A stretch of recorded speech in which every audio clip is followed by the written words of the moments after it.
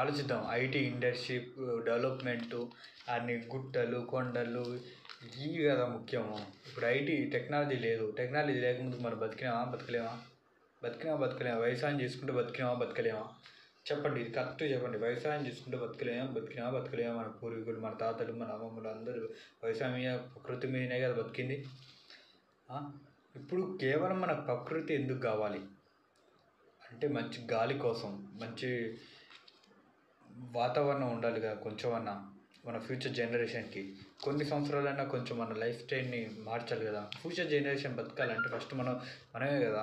మన కోసం అన్నీ వాడినాం అనుకో, ఇప్పుడు మన పూర్వీకులు మన అంతా వాడేసారు అనుకో, ఇప్పుడు మనం బతకలేం కదా.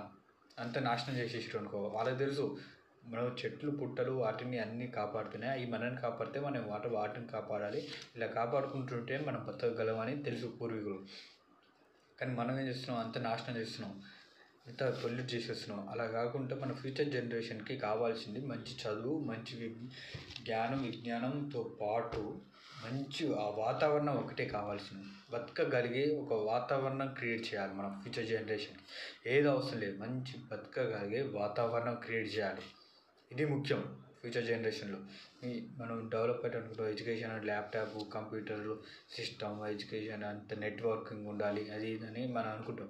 కాదు, మంచి వాతావరణం ఉండాలంటే చెట్లు ఉండాలి, చెట్లను కాపాడాలి, చెట్లను బతికించాలి, ఉన్న వనరులని రక్షించాలి. మనం వీటి గురించి ఆలోచించాలి తప్ప డెవలప్మెంట్ అని చెట్లను కొట్టేసి అన్నిటిని నాశనం చేసేసినాం అనుకో, ఇంకా మనం ఎలా బతకగలుగుతాం? ఫ్యూచర్ని ఎలా జనరేట్ చేస్తుంది?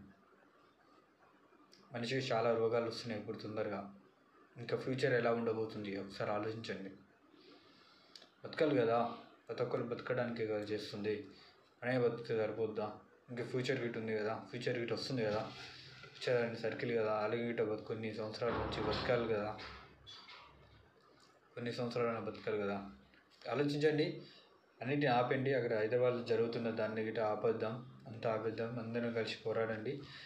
Rice India, save environment.